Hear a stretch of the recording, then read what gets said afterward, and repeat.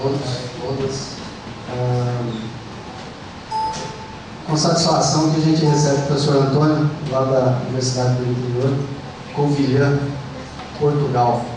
Vai dar uma pequena apresentação da universidade dele. Depois tem um tema, um assunto que pode ser útil para nós aqui, no programa de pós-graduação, e também para os alunos aí de engenharia ambiental. Se vocês tiverem perguntas depois, pode aproveitar. Muito boa tarde a todos. Conseguem ouvir bem? É com muita satisfação que eu estou aqui na vossa universidade e no Departamento de Engenharia Civil, em poder também ter esta oportunidade de conviver de perto com o meu amigo Paulo Scalise, que eu conheci há alguns anos em Portugal. Já tivemos a oportunidade também de trabalhar em conjunto. E aí eu aproveitei este convite da diretoria da APES para ir a Belo Horizonte participar lá numa discussão de uma resolução da CONANA sobre lamas, para então juntar as duas coisas e poder vir aqui a Goiânia e apresentar um pouco do trabalho que nós fazemos. Eu não quero ser muito extensivo, apesar de ter duas apresentações com alguns slides, posso ir saltando alguns, mas eu optei por, em vez de estar a fazer uma apresentação só de novos materiais para serem utilizados em processos de tratamento, que era muito específico, não é? Muito afunilado, eu optei por fazer duas apresentações. Uma mais genérica, onde eu apresento genericamente a Universidade, a Beira Interior, onde é que ela se localiza, um pouco historial e algumas fotografias de algumas faculdades e também do Departamento de Engenharia Civil e Arquitetura. A gente tem lá Engenharia Civil e Arquitetura tudo junto. Vou explicar um pouco depois porque é que foi dessa junção. E então depois vou apresentar uma lista de alguns projetos que a gente desenvolve e alguns que estamos a desenvolver já com o vosso departamento, com o Paulo, e espero que até com outros colegas, que eu tive a oportunidade de ver em Belo Horizonte algumas apresentações daqui e acho que há outras áreas de colaboração, potencial de colaboração. Então eu vou apresentar aqueles que eu acho que podemos colaborar e depois eu vou apresentar dois outros no âmbito da reutilização, que foram aqueles que me trouxeram mais, ou fizeram com que eu participasse em Belo Horizonte no Silvesa.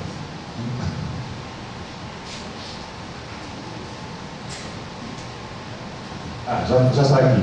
Muito bem. Então, começando aqui por localizar, a Universidade da Beira Interior está aqui, no distrito de Castelo Branco.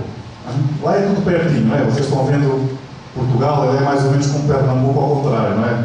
Mas bem mais pequeno, comparado com o Brasil, não é? Porque, como eu digo, aqui nós somos bem pequenos, lá na Europa já não é bem assim, porque na União Europeia dos 27 nós somos o sétimo com o território mais maior.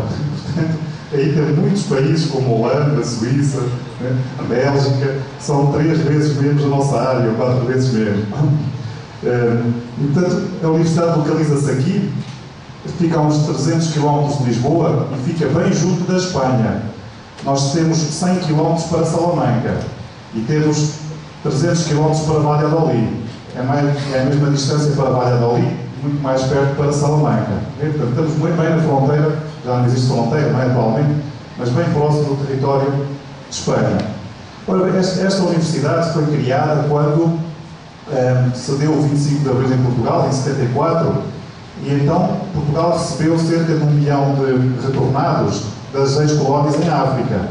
E muitos deles eram qualificados e estavam nas universidades desses países, Moçambique e Angola. Portanto, retomaram pessoas universitárias e retomou muita gente nova. Não havia capacidade para criar para tanta gente nas universidades e então criaram universidades no interior para descentralizar. Criaram a Universidade do Algarve, aqui, a Universidade de Évora aqui, a Universidade da Beira Interior aqui, chamaram Beira Interior porque é esta área toda, e a Universidade de Trás-os-Montes ali. São universidades do interior, elas foram todas criadas em 1973-74. Okay? No início, começaram com institutos politécnicos, que só davam cursos de 3 anos. Posteriormente, já nos anos 80, 78 para 80, eles passaram para instituto universitário. E só na década de 80 é que foram passaram pela universidade. Portanto, ou seja, a universidade, essas universidades são muito recentes, não é? Portanto, elas têm 30 anos, 32 anos de existência. O curso de Engenharia Civil chegou um pouco mais tarde, chegou em 86, em 1986, portanto é muito mais recente que o curso de Engenharia Civil aqui na vossa universidade.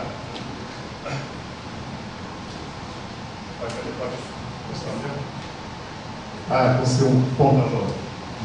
Muito obrigado.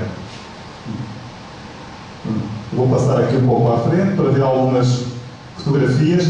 A Covilhã se situa na base da serra mais elevada em Portugal continental. Tem cerca de 2.000 metros de altura. Não é mais alta. A mais alta é na Ilha do Pico, nos Açores, que tem 2.050 metros.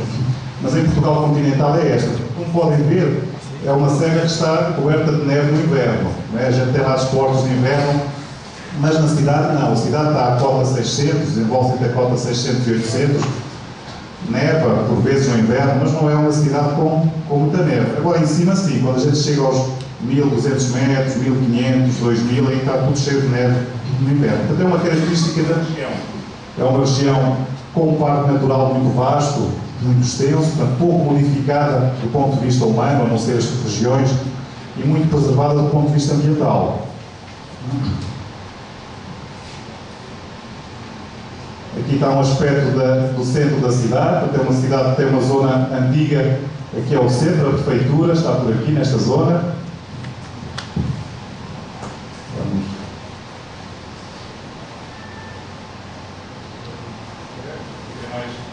Duas fotografias da parte noturna. Como vê, na parte nova, se desenvolve aqui num vale, que é o vale que a gente chama de Cova da Beira.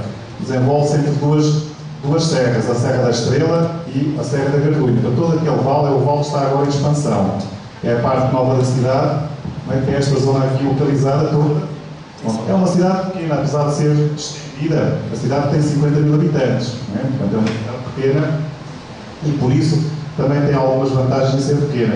É que conseguimos trabalhar melhor com os alunos, eles não dispersam, estão muitas vezes na universidade e temos mais um ensino centralizado do aluno, ou seja, o professor consegue acompanhar pequenos grupos de aluno. E isso é uma das qualificações que nos põe em primeiro lugar em qualidade de ensino. É a proximidade de ensino, proximidade com alunos. Nós estamos nos primeiros 3 em termos de qualidade de ensino para contacto com o aluno, nessa faceta. Nas outras estamos melhorando, nomeadamente na investigação. Bom, como toda a cidade portuguesa, tem sempre algum monumento para um chamado descobridor, Como vocês sabem, não descobriu nada, já lá existiam indígenas quando chegou. Este não veio para este lado, este que está ali, o que fez foi a pé até a Etiópia. E da Etiópia depois foi a pé ou a cavalo, e da Etiópia depois foi para a Índia levava mensagens do rei para o vice-rei. E, portanto, é aquilo que temos de relíquias antigas. Então, aqui é a parte velha da cidade, e o que fez, esta cidade era uma cidade industrial. Nos anos 70, 80, chegou a ter 200 indústrias têxtil. Neste momento tem 6 ou 7 indústrias têxteis, portanto o resto fechou tudo. O que a Universidade fez foi comprando tudo o que eram infraestruturas das têxteis que iam falindo e começou a fazer o upgrade das suas instalações baseado nessas fábricas. Portanto, significa que as nossas instalações têm esta configuração, tipo quartel, como está aqui, ou então corridinho, que é tipo fábrica. Tudo corridinho, departamento de um lado do outro, 2 andares, 3 no máximo, laboratórios no fundo, zonas de serviços no meio, aula, sala de aula em cima. A gente circula assim, não precisa de sair dali. Anda para baixo e para cima, para dar aula e para ir para a investigação, não tem que sair de lá. Portanto, fomos ocupando todas as antigas fábricas que existiam e que foram caindo. Aqui pode ver uma, Esta é a mais antiga, É hoje a Faculdade de Ciências. Passar. Ainda tem aqui, em alguns casos, a gente deixou os vestígios das chaminés. Não está lá a fábrica, só está a chaminé. Neste caso, ficou a chaminé, que é um símbolo para dizer, bom, aqui há 30 anos estava aqui uma fábrica têxtil. Nós agora ocupamos com a universidade. Tem também um museu de edifícios. E depois tem estruturas de apoio. Bom, tem todas estas estruturas que foram aproveitadas. E aí temos a reitoria que fica no cima do monte. Era um antigo convento. Não é? Portanto, a gente diz que a reitoria fica no morro, em cima do morro, fica no convento, está abençoado, mas está lá em cima do Olimpo para controlar tudo o que está cá em baixo. Não é? As residências dos estudantes se desenvolveram, aqui a reitoria, as residências dos estudantes se desenvolveram à volta. Ok? E aqui é a nova Faculdade de Ciências da Saúde, que a gente construiu há 10 anos e que foi um polo de desenvolvimento para a nossa universidade. Neste momento já é a faculdade que tem metade dos alunos. Chama-se Ciências da Saúde porque não tem só medicina, tem medicina, farmácia, tem uma série de cursos relacionados com a saúde. E aqui é mais uma fábrica antiga, que é a Faculdade de Ciências Sociais e Humanas. Tem tudo o que é economia, gestão, ciências do desporto. Pronto, agora vou mostrar algumas fotografias. Eu vou ser sincero convosco. Estes slides eu fiz de manhã, mas como estava apertado para almoçar com o Paulo, eu não coloquei todos. Eu só consegui colocar todos, alguns. Mas eu posso explicar um pouco como é que está o nosso departamento. O nosso departamento está inserido na Faculdade de Engenharia da Universidade da Beira Interior. A Faculdade de Engenharia tem 5 departamentos: Informática, Eletromecânica, tem as duas coisas juntas, Eletricidade e Mecânica, embora tenham cursos separados, né, de Mecânica e de Eletricidade. Depois tem Engenharia Civil e Arquitetura, porque tem curso de Engenharia Civil e tem curso de Arquitetura dentro da Engenharia Civil. Ok? Portanto, o nosso Ministério da Educação só autorizou um curso de arquitetura no interior se ele estivesse ligado com a engenharia civil. Portanto, não podia ser um curso de arquitetura de belas artes, tinha que estar ligado mais à engenharia. E, portanto, esse curso tem mais peso em disciplinas de construção e até algumas de hidráulica e de geotecnia, e tem menos na parte de arquitetura, de bela arte. Tem muito projeto. Okay? E depois temos outra área, que é a geotecnia. E temos ainda uma área que vocês aqui têm no outro departamento, mas na bem anterior está dentro da Engenharia Civil, e em outras universidades do litoral também está na Engenharia Civil, que é a área de planeamento e urbanismo. Okay? E por vezes também tem os transportes associados. E finalmente tem a área científica de arquitetura. Portanto, é desta forma que está organizado. Eu vou só mostrar alguns. Estes são equipamentos didáticos para os alunos utilizarem em alguns trabalhos de campo. Estão os laboratórios de construção e geotecnia. Aqui estão os alunos a utilizar com esse FPT.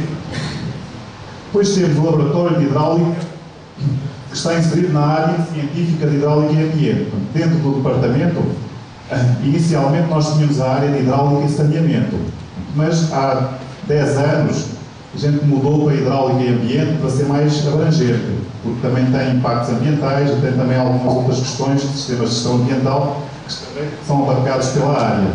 Então a área ficou mais vasta, a hidráulica e ambiente, onde está também a engenharia sanitária. Isto porque a gente não tem lá curso de engenharia ambiental. Okay? Por opção, não foi criado o curso de engenharia ambiental. Eu próprio também dei uma opinião contrária quando quiseram criar há 10 anos.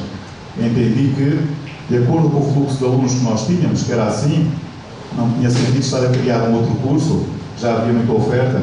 Então optamos por ter engenharia civil e depois um ramo que é mais para a área ambiental, onde tem a parte do saneamento e também está a parte do planeamento. Então nós formamos 2 tipos de engenheiro na Beira Interior, que é o engenheiro de construção e estruturas para grandes obras, como a gente diz, e o engenheiro municipal, que tem a parte do saneamento, tem vias e tem complemento também de planeamento e urbanismo.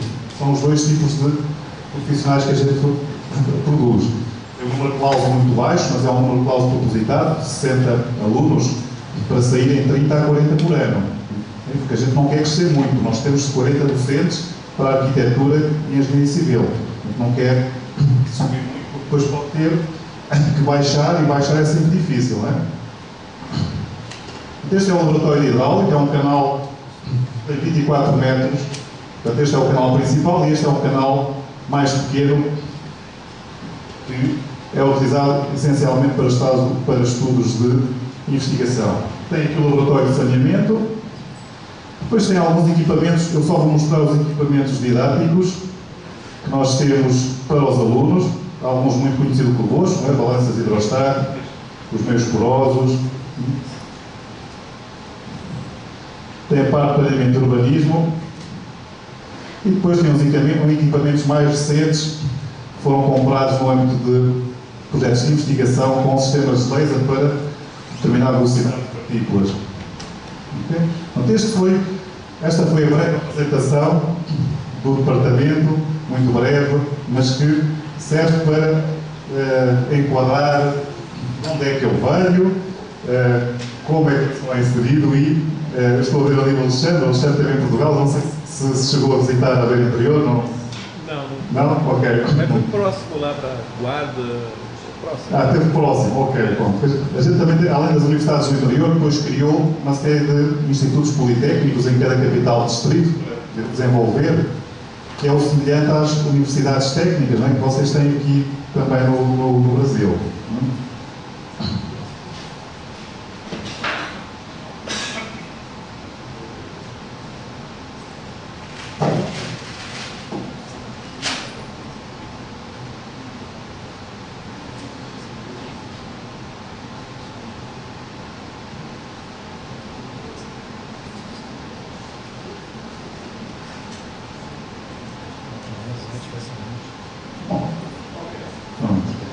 Agora já vou entrar aqui na parte da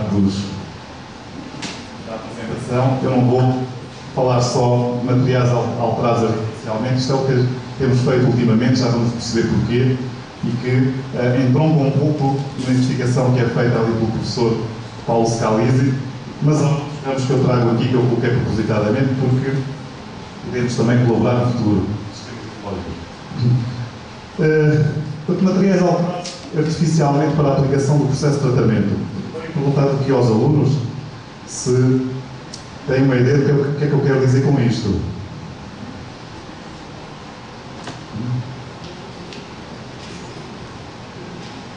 O que é que sabem de material alterado artificialmente? É qualquer material que é natural ou pode ser já utilizado e que a gente vai transformá-lo para poder utilizar noutra função. Está dentro do processo de reciclagem de materiais e reutilização para outro fim. Okay?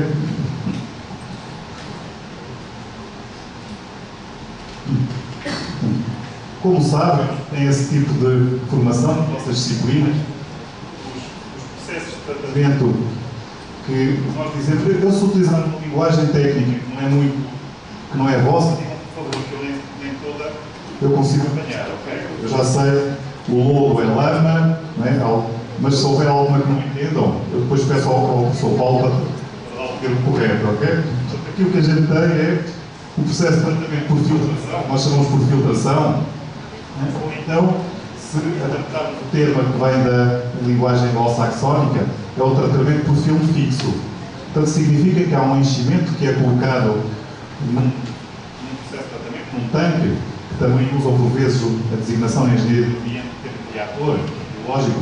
Então, é um enchimento que é colocado e esse enchimento vai desenvolver, à volta desse enchimento, vai desenvolver um biofilme, por isso é que é filme fixo, e esse biofilme é que vai ser responsável pelo tratamento, ou melhor dizer, vai ser responsável pela remoção dos poluentes.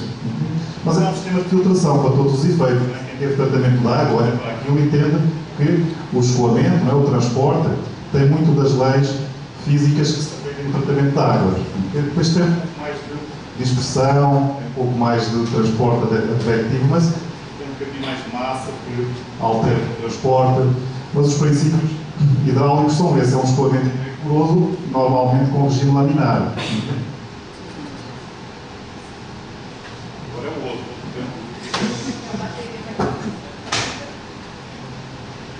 E as principais aplicações. Conseguem ouvir também? As principais aplicações são filtros de areia. Aqui é que pode haver alguma designação que não é bem o que vocês utilizam aqui. vou mostrar já algumas fotografias para poder aproximar. Tem um filtro de areia, que é o mais conhecido, não é? É um filtro de areia que por vezes é utilizado também no tratamento do esgoto, mas quando o esgoto tem poucos sólidos em suspensão, por vezes até para um tratamento mais final, de função de carga residual. Então é uma caixa, um leito filtrante à base de areia, por vezes com areão, é o que nós utilizamos lá, mas também podemos substituir esse meio de enchimento por outro. E é esse o objetivo do nosso, uma das linhas de investigação, é substituir esses enchimentos com material clássico por outros que sejam reativos. Portanto, além da filtração, também promovem a reação. Depois temos os leitos percoladores que são muito utilizados no tratamento de águas residuais, eram muito utilizados nos países da Europa do Norte e que migraram depois para os países do sul da Europa. Temos também os sistemas de biodiscos ou discos biológicos, que já são sistemas mais caros de utilização e eu pessoalmente não gosto deste tipo de sistema. Tem muito custo de operação, manutenção, tem o sistema das membranas que é preciso ir substituído, tem também um custo de investimento elevado. De qualquer forma, é um tipo de tecnologia que existe e em Portugal existem alguns sistemas destes. O projetista escolheu, o dono de obra aceitou, pagou e está em funcionamento. É o sistema de discos biológicos, eu vou mostrar nas fotografias.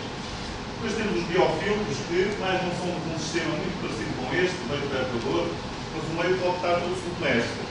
O que significa que o meio de enchimento pode estar submerso e, portanto, está sempre alagado. E, finalmente, tem a opção, uma das opções que tem surgido nos últimos 10 anos em Portugal e que agora se está a expandir, também migrou, neste caso, da Europa do Norte.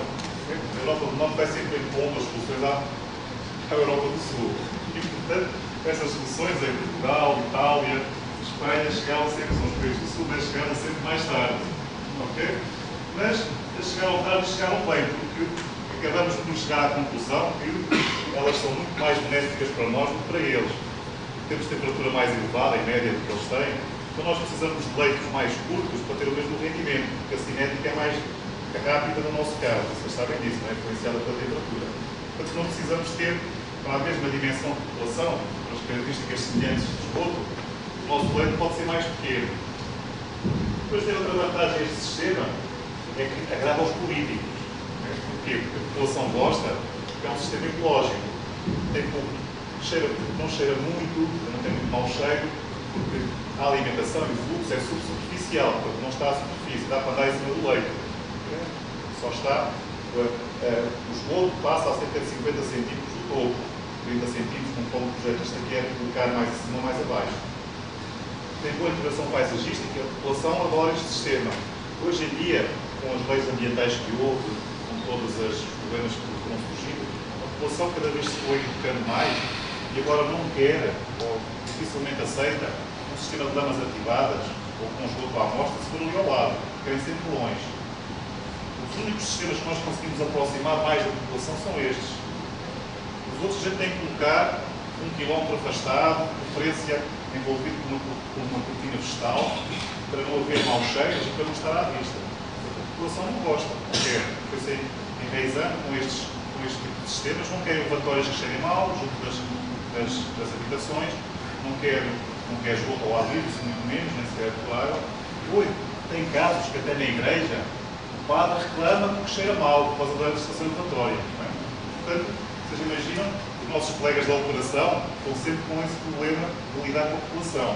Eles tiveram que ter uma formação com sociólogos para poder trabalhar melhor com a população, para poder convencê-los a aceitar alguns sistemas de tratamento de esgoto, explicar que estamos a fazer o melhor para levar o esgoto para fora das zonas urbanas, para tratar, para depositar seguramente, e que o mau cheiro, por vezes, não se consegue controlar. Mas para verem que esta evolução leva a estas situações. Este sistema é muito bem aceito, não vê, mas só é eficiente para populações pequenas. A gente fala da zona periurbana, dispersa, com menos de 2.000 habitantes equivalentes. E para zonas rurais, tem vantagens de ser declarado.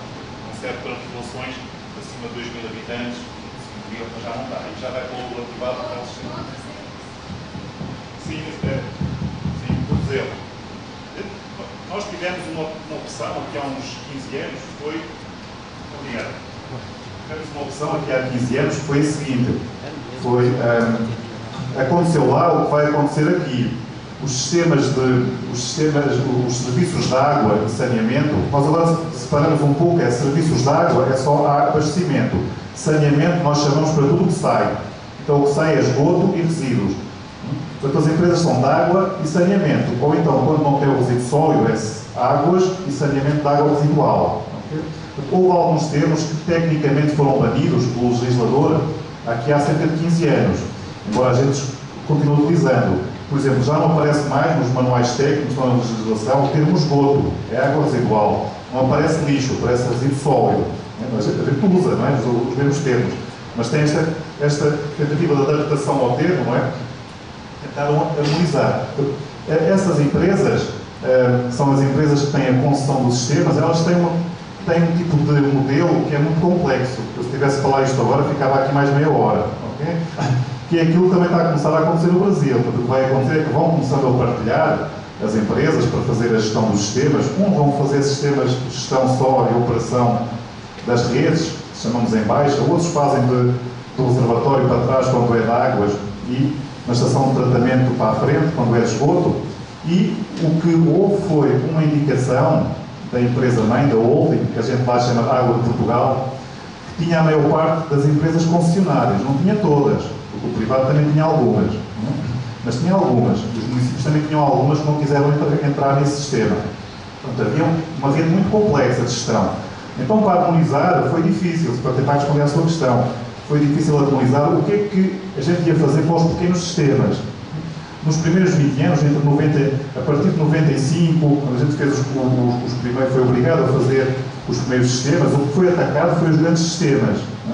Portanto, ficou para os últimos 5 anos tudo o que era pequeno sistema, 2.000 habitantes para baixo, e que, na maior parte dos casos, tinha fossa séptica. Mas para a União Europeia, de acordo com a Diretiva 271/91, fossa séptica não é tratamento. Tem que ter mais qualquer coisa. Fossa séptica é tratamento primário. Isto, por vezes, para nós sanitaristas, sabemos que não tem muito sentido. Não tem sentido pôr para 50 habitantes fossa séptica e um tratamento secundário, não é? Agora acabou o dinheiro, já estão pensando que sim, que é melhor não fazer, o pequenino já não vai fazer isso, não é? Porque acabou o dinheiro, se o dinheiro não acabasse, punham em tudo. Eu sou engenheiro ambiental, não é? Portanto, preocupo-me com isso, mas eu acho que às vezes há um extremismo em colocar sistemas de tratamento que não são práticos, vão custar muito dinheiro para a operação e depois no final quem vai pagar é a população.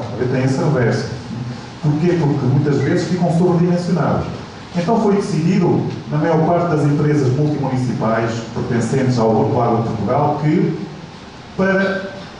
a indicação era, para baixo de 2.000 habitantes, é fazer o upgrade da fossa séptica para leito de macrófitas.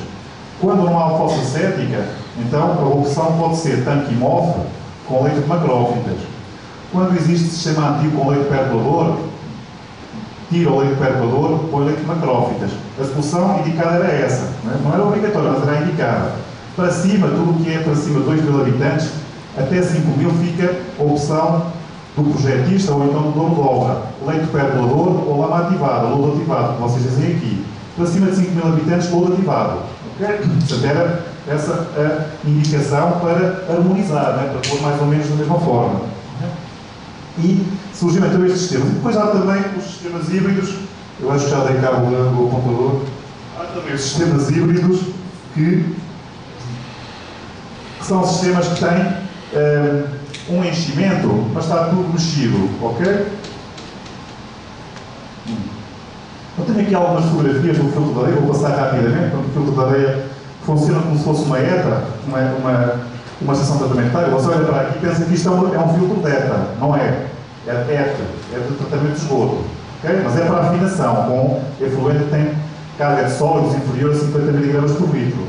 Okay? Portanto, é utilizado em algumas condições quando a opção é de reutilização. Só que a opção de reutilização, como vamos ver a seguir, é outra indicação. Cada vez aparece mais nos planos estratégicos, aparece mais nos estudos, aparece nos estudos de impacto ambiental, e então não é obrigatório, mas acaba por ser uma pressão muito grande para fazer a reutilização da água. E a gente precisa, não é? A gente no Sul, Portugal tem déficit hídrico, e portanto não é só porque é uma medida ambiental, é por necessidade. No sul nós precisamos de água, neste momento estamos atravessando uma seca no país todo. As barragens começam a ficar sem água, portanto a opção de reutilização, se estiver implementada, como em algumas regiões de Espanha, que são deficitárias, é uma opção, a gente vê aquilo como uma origem de água. Uma origem de água, como é o rio, como é outra origem de água. É uma origem de água para utilizar e não vai buscar ao meio natural, também por necessidade. Neste caso, o upgrade é feito muitas vezes com estes filtros de areia, ok? Este é o que a gente chama de leite percolador, que vocês conhecem, não é? Tem um meio de enchimento e normalmente o fluxo é vertical. Eles têm muito. Passo a mostrar aqui uns exemplos. Este é bem antigo, eu pus aqui porque é um dos mais antigos que eu encontrei, é de 1950, portanto é uma tecnologia que já se utilizava há muitos anos, não é? Usava-se muito esta tecnologia nos anos 50, 60, agora está a cair mais em desuso. Depois temos a opção de biodiscos, que eu não sei se utilizam muito no Brasil, tem esta configuração, sentido de escoamento, pode ser transversal ou pode ser contíguo à colocação dos discos. No fundo é um sistema que está assente sobre um veio horizontal, que faz uma movimentação com uma série de baterias, que se chama baterias de discos, e o tratamento vai fazendo à medida que o disco vai rodando, vai arejando, vai passando no esgoto, vai arejando, vai passando no esgoto e vai fazendo o tratamento. Nós temos alguns sistemas, eu pessoalmente, como disse, não sou muito adepto deste sistema. Portanto, ele tem facilidade em trocar o material de enchimento, as placas vão substituindo quando estão estragadas, portanto, tem essa facilidade de operação, mas é muito caro. Tem aqui em funcionamento, como vê, placas de poliestireno, muitas vezes, portanto, essas placas saem facilmente e substituem. E há outros que são mais pequenos, que estão mais escondidos, que é o caso destes aqui embaixo, estão situados numa instalação no sul de Portugal, que são muito mais pequenos. Como vêem, o esgoto passa por ali e vai tratando aqui. Okay? Portanto, é outra alternativa onde a gente pode utilizar materiais alterados artificialmente. Depois tem o leite de macrófitas, que é este que tem aqui. Eu acho que já tiveram também alguma informação, que são leites muito pequenos, têm 1 metro de altura, por vezes com 50 centímetros só de enchimento, e que é muito fácil de construção. Normalmente são em terra, não é? Com um revestimento em geotela, depois a colocação do meio de enchimento. Primeiro põe uma camada de brita, depois põe o meio de enchimento e só posteriormente é que se utilizam as plantas. Tem ali um bom agrupamento de proteção no final. Tem escoamento horizontal, tem escoamento vertical. Não está aí o professor Rogério? Não. Está lá.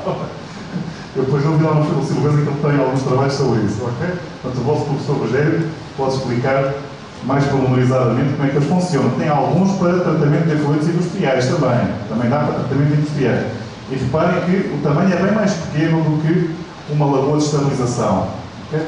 Nós já não utilizamos muito lagoa de estabilização, aqueles sistemas de lagoas, precária, não temos área, porque conseguimos com estes sistemas ou com outros, para uma área muito mais pequena, um rendimento muito semelhante, até muito maior. Tem aqui já um leite de macrófitas bem desenvolvido, até outra alternativa, ou seja, o que nós também estamos a tentar fazer é desenvolver alguns materiais para substituir o enchimento que é à base de brita, neste caso, ou de arião grosso. São os dois tipos de enchimento que são mais utilizados. Mas são enchimentos que têm uma superfície específica muito pequena. O biofilme agarra, é verdade, também consegue ter remoções elevadas de 90% de DKO, 95% de DBO, com uma remoção de azoto acima de nitrogênio, acima de 60%, consegue, não é? Com esse tipo de material. Mas se eu conseguir colocar um material com uma superfície específica maior, mais poroso, ou então um material sintético termoplástico que permita aumentar essa superfície, eu encolho o tamanho daquele leito para metade, ou para 2/3 do tamanho original. Portanto, aumento a reatividade e aumento, com um novo volume, eu consigo ter o mesmo rendimento. Os novos materiais, se eles forem porosos, se tiverem uma superfície específica superior a estes naturais, então são soluções que podem ser utilizadas. E a vantagem é que nós utilizamos um resíduo, no caso do material alterados artificialmente, estamos utilizando um resíduo para controlar a operação. Estão a ver? Então, ou seja, este princípio é um princípio novo. Você utiliza um resíduo, um lixo, altera, e depois esse lixo vai ser utilizado para controlar outra poluição hídrica. E isso na Europa tem muito financiamento, e tudo que é resíduo, lixo, possa reciclar, reutilizar em qualquer aplicação, até para materiais de construção. Então é aí que nós estamos apostando numa das linhas de investigação.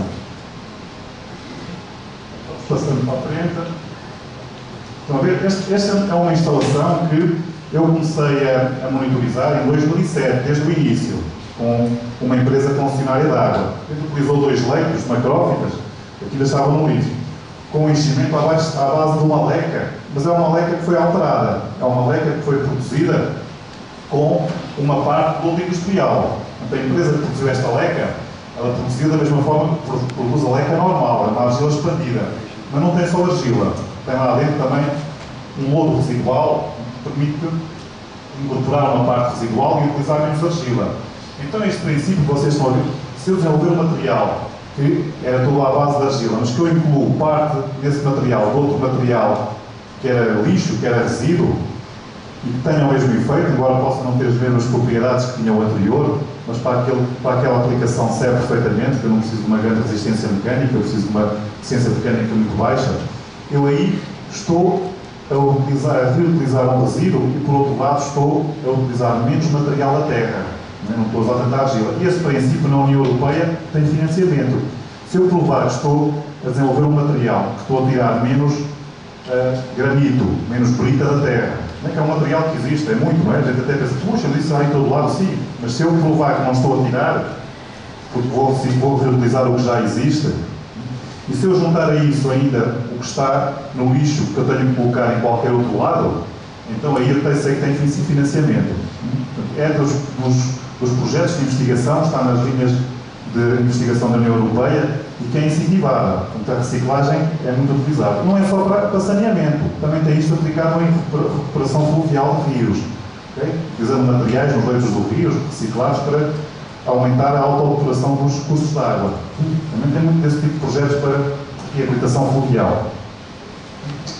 Este sistema nós começamos a monitorizá-lo em 2007 e, portanto, temos já muitos dados até hoje do funcionamento daquele tipo de leito, da própria planta, que era vocês dizem que um negócio que eu não percebia muito, mas que, como tudo, fui aprendendo mais, né, o efeito que a planta tem nestes sistemas, mas não só o efeito da variação da carga hidráulica, não é? Quando há muita infiltração no coletor, no tempo de chuvada, o que é que isso tem, que impacto é que isso tem na dinâmica do leito, e também da alteração da carga poluente, especialmente quando há entrada de efluentes industriais, de agropecuários, por exemplo, em que a carga é 10 vezes mais. Não é? Portanto, e, supostamente, este sistema de filtração podia colmatar, e colmata por vezes, como está aqui. Este está colmatado, no início. E quando está colmatado, não há nada a fazer, não vale a pena estar a emendar, é substituir o enchimento, pelo menos metade, por outro. Estes sistemas normalmente estão previstos para ter um rendimento, funcionamento de 5 anos, 5 a 6 anos. Contudo, alguns que foram construídos na beira interior, que nós acompanhamos, colmataram ao fim de 6 meses. 6 meses, 8 meses. Porquê? Porque os operadores não conheciam bem estes tipos de sistemas, portanto não tinham tanta preparação, apesar de serem operadores experimentados noutros sistemas de tratamento, não tinham muita experiência em meio poroso. Então o que fizeram foi aquilo que faziam em algumas ETs, que era pegavam em lama de fossa cética e deitavam para dentro do reator biológico. Só que na lama ativada isso funciona, não é? Consegue diluir, consegue funcionar. Então o que faziam aqui, alguns, sem saber, é pegavam no limpa-fossas e descarregavam aqui na entrada da lagoa, não é?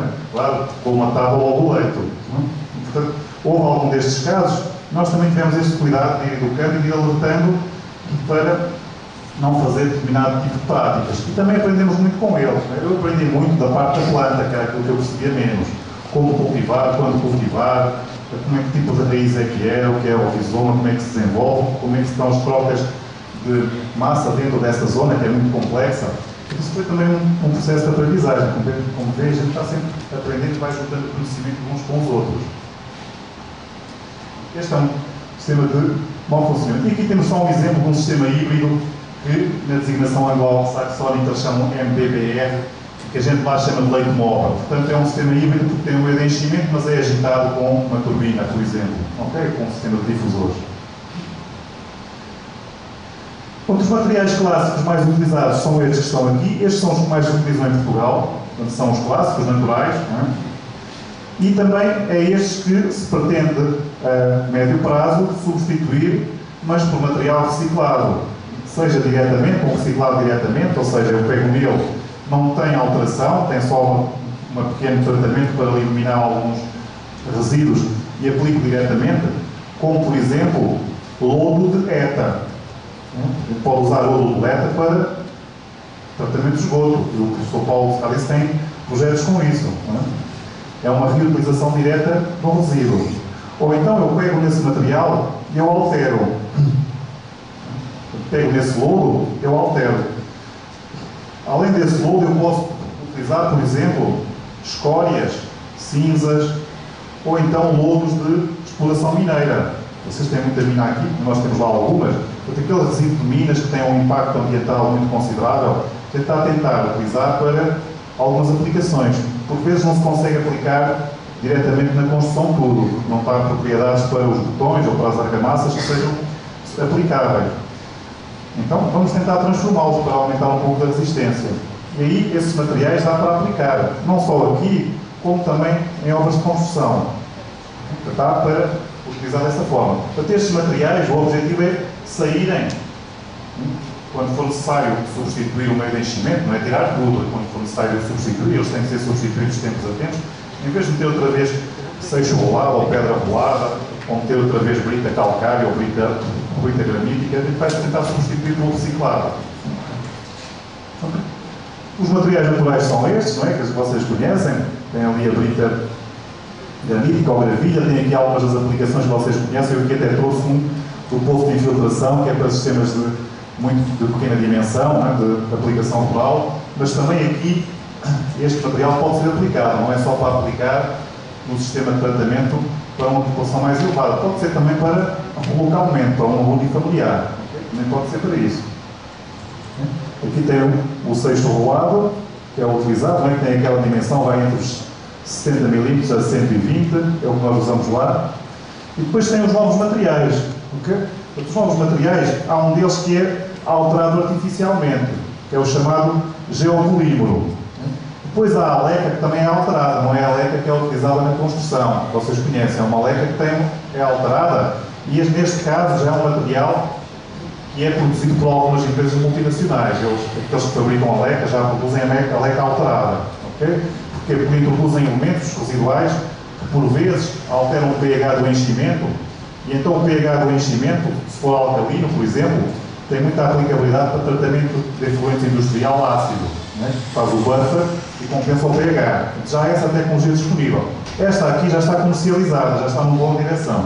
Esta não. Esta existe mais em investigação. Ainda não está, já há muitas patentes, né? Nós inclusive temos uma patente registrada deste material para esta aplicação, né? Não para outra, para esta aplicação, que é deste geopolímero. Depois há a pozolana revestida. A pozolana vocês também conhecem, é um material natural, mas que aqui revestiram. Eu pus aqui, mas para mim este material, pozolana revestida, já não é bem aquele material que é de reutilizar. Já é um material natural que está a sofrer uma alteração. E depois resíduos utilizados diretamente, que é o caso da lama d'eta, e finalmente os termoplásticos, que já existem também há alguns anos, mas que o objetivo é também deixar de ser utilizado o termoplástico para esta utilização, para tentar substituir também esse tipo de material. Este é o geopolímero. E o que é o geopolímero? O geopolímero, vocês vão perceber bem o conceito. É fazer do pó pedra. É um processo ao contrário.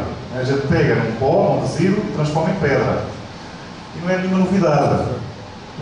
Este processo não foi descoberto por nós, nem por qualquer outro dos grupos que trabalham nestes materiais. Há muita gente trabalhando isto. Há um francês que trabalha nisto desde os anos 70.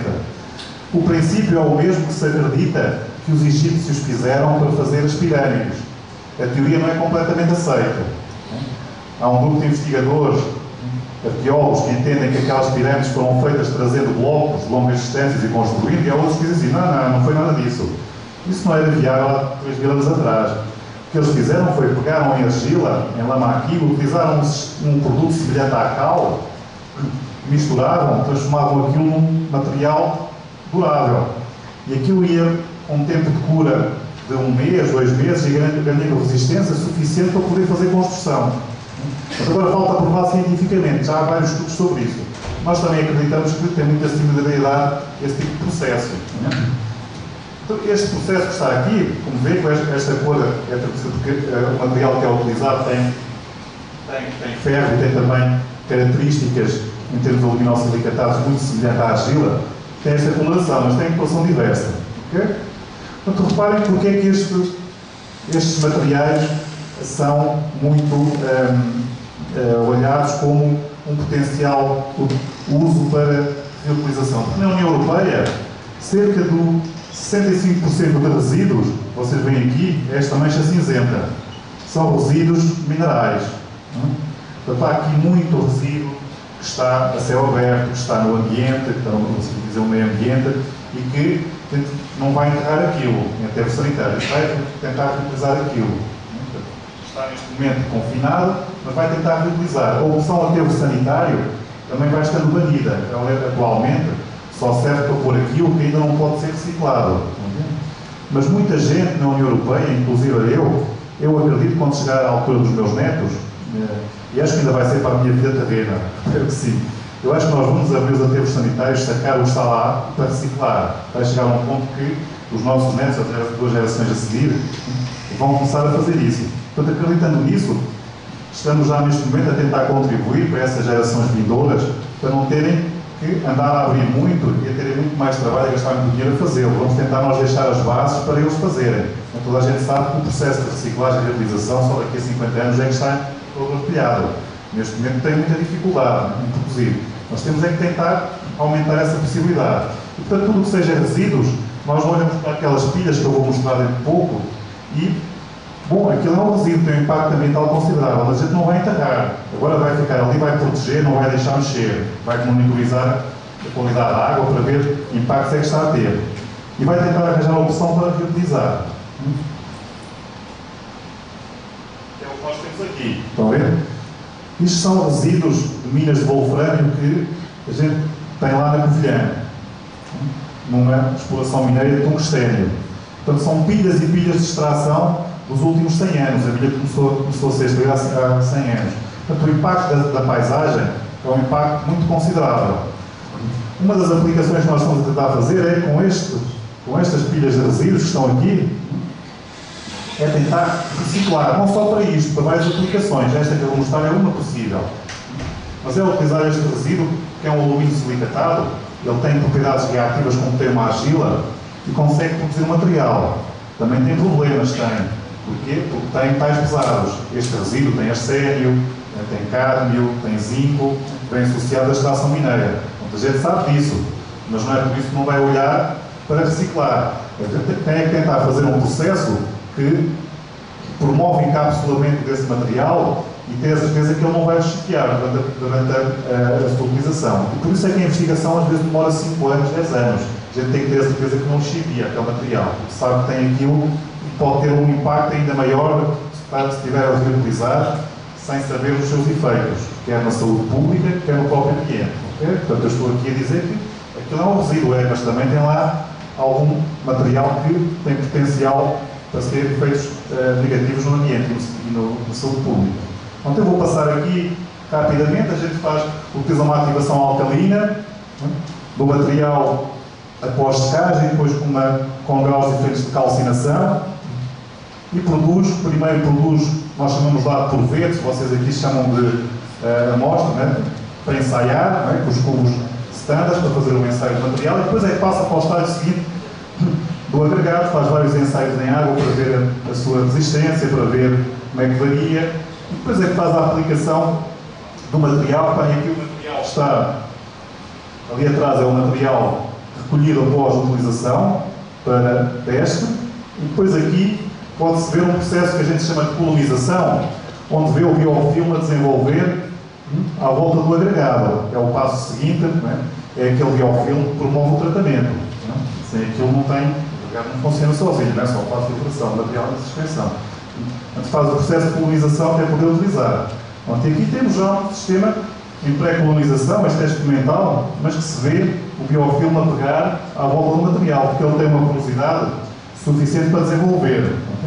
Este material não é tão poroso como é a leca, não tem uma superfície específica como a da leca, mas tem mais porosidade e maior superfície específica que a brita, que a areia ou qualquer outro material natural. Portanto, aí já ganha essa vantagem. É competitivo com os naturais, não é competitivo com a leca. Para já, neste momento não é, mas é uma alternativa. E acreditamos nós que possa ser mais barato que a leca. A leca está aqui, não é? Uma leca alterada, não é? E também tem uma das aplicações. Aqui nós aplicamos num leito com vegetação. E aqui eu posso mostrar um aspecto, eu vou mais para trás, da interação do material com a raiz. Okay? Este foi um dos aspectos que a gente estudou um pouco, a interação do material com a raiz. Então também chegou à conclusão que, além do biofilme que desenvolve no agregado, tem uma capacidade de remoção, quando se coloca a planta, a eficiência aumenta. Nota-se mais no nitrogênio. O nitrogênio passa de 30% a 40% de remoção, com o agregado só, para 50% a 60% de remoção. Então descobriu-se que essa variação, que essa alteração está mais associada com o biofilme que desenvolve aqui, à volta da planta, da raiz, do que propriamente do agregado. Tem essa parte complementar. Então a investigação diz hoje em dia que a planta fornece algum oxigênio pela raiz. Também sabe disso. Mas não é esse oxigênio que aumenta a capacidade. Nós não temos ali um leito em que o oxigênio, em que a planta, a raiz, funciona como um compressor. Não, ela produz algum oxigênio, ajuda. Mas o aumento da remoção é 2 a 3%. Então onde é que está o resto? Quando fazemos a investigação, né, estamos à espera de 50%. Às vezes vê lá 70% da remoção e diz: a gente enganou. Vamos voltar a repetir. Repetimos 75% de 60%. Então tem informação estatística suficiente para dizer que há alguma coisa. Agora vamos procurar porquê. Não pode ser oxigenação por parte da planta.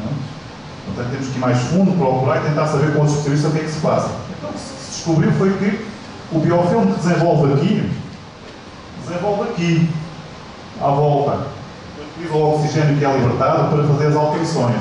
E, portanto, mais uma vez, o que está ali a remover é o biofilme, não é a planta. A planta também faz uptake, não é? De azoto, de nitrogênio, fósforo, mas isso anda à volta de 10%, não explica 20%. Sabe-se um pouco mais das vantagens deste sistema, que é o agregar da leca com a raiz, já depois da utilização, não é? E tem este aspecto, é o aspecto que está no interior. Aquilo fica um complexo de material com biofilme, com raiz, tudo agregado, não é? Fica bem consolidado, okay? Como está aqui. Aqui temos a coluna revestida, só vou passar rapidamente, porque este material também é competitivo, obviamente, tem uma porosidade muito elevada e uma superfície específica também muito elevada, mas para mim continua a ser um material natural. O que se faz muitas vezes é pôr um revestimento de um outro material para ajudar à remoção de, por exemplo, fósforo. Costumam colocar óxidos de ferro. Depois tem o termoplástico. Este sim é muito competitivo, como sabem, a superfície específica deste é imbatível com os outros, porque tem superfície específica por todo lado, por dentro, não é?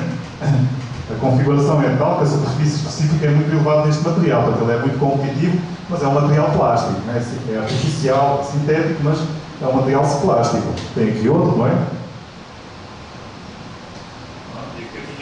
Uma brincadeira para vocês. A gente espera estar aí em 2014, mas claro, não acredito não que a gente vai ser campeão de coisa nenhuma. Mas a gente espera estar cá em 2014 e que possa vir aqui para Goiás fazer o treino da seleção, né? Poder participar aí na vossa Copa 2014. Pelo menos a gente não vai ser campeões enquanto na minha vida terrena, acho eu. Daqui a 50 anos talvez. Bom, eu agora vou tentar passar alguns trabalhos, não quero amassar muito, vou passar mais rapidamente. Quatro exemplos de aplicação. Dois deles são destes materiais, os outros são mais da reutilização. Tem aqui alunos também da parte de engenharia ambiental e, no fundo, também foi o tema que me trouxe ao Brasil, foi também um pouco esse da reutilização, embora tenha também participado em trabalhos com os recicláveis. As áreas de pesquisa que nós temos lá são estas três que temos aqui. Desenvolvimento e aplicação de novos materiais. Quando a gente diz novos materiais, são materiais que não eram utilizados para aquele fim, não é? Não quer dizer que seja novo. É novo na aplicação, okay? Nesse sentido. E de preferência aos reciclados. Tratamento com processo por filtração, é isto que a gente estuda, okay? Portanto, biofiltros, o leito de macrófita, o sistema de filtros de areia, são os sistemas que utilizamos. Não temos na nossa área de investigação sistema de lodos ativados ou outro tipo desses sistemas que a gente chama de biomassa em suspensão. Não temos essa linha de investigação, apenas no ensino, no projeto. Quanto à utilização de lama de éter, nós temos uma aplicação também que estamos a tentar fazer já no terreno, que é uma tipologia de poluição que nós temos em Portugal e também no país da Europa, que é a poluição por escorrência de rodovia. Okay? Sempre que chove, há aquela drenagem superficial da água que vai para as valetas e que muitas vezes é encaminhado para o curso de água. Okay? Então, foi introduzido, aqui há cerca de 20 anos, com estudos de impacto ambiental, que se a zona de descarga for sensível, esse efluente não pode ser descarregado. O quê? Porque tem metais pesados, tem hidrocarbonetos e tem outros elementos. O que tem mais é matéria sólida em suspensão. Portanto, essa matéria sólida pode criar algum assoreamento nos rios, mas ocorre mais assoreamento no sistema de drenagem, propriamente no rio. Mas pode, essa contribuição tem matéria sólida em excesso, é muita areia. Mas tem metal pesado. Então o que se descobriu é que esse metal pesado, apesar da carga ser pequena e ser descontínua, porque entre cada chuvada drena, não é? Se tiver 3 meses sem chover, acumula mais no pavimento de resíduos, drena, vai para o curso de água. Não é? O impacto não é significativo se for um mês, um ano. Mas se a gente pensar na operação daquilo durante 40 anos, esses metais pesados não são biodegradáveis, como sabem, são ao contrário, bioacumulativos. Portanto, eles vão acumulando no curso de água. E se esse curso de água, a jusante, tiver uma barragem, uma albufeira para abastecimento público, então aí há o risco de haver acumulação naquele local e indiretamente contaminação. Então aí nós caímos dentro do que nós chamamos a gestão integrada da poluição, que é a longo prazo e não só no ponto onde a gente está a produzir, mas a jusante. Olha sempre para o que está a jusante e a longo prazo. E a jusante e a longo prazo vai haver impacto ambiental, vai, a gente sabe, não é? Como engenheiro ambiental sabe que vai. Portanto, para esses locais onde se sabe que há, no nosso conhecimento técnico-científico sabe que há, os estudos de impacto ambiental que têm sobre essas obras, das rodovias, não aprovam a rodovia se não for incluído um sistema de decantação, que a gente chama lá bacia de detenção ou bacia de decantação.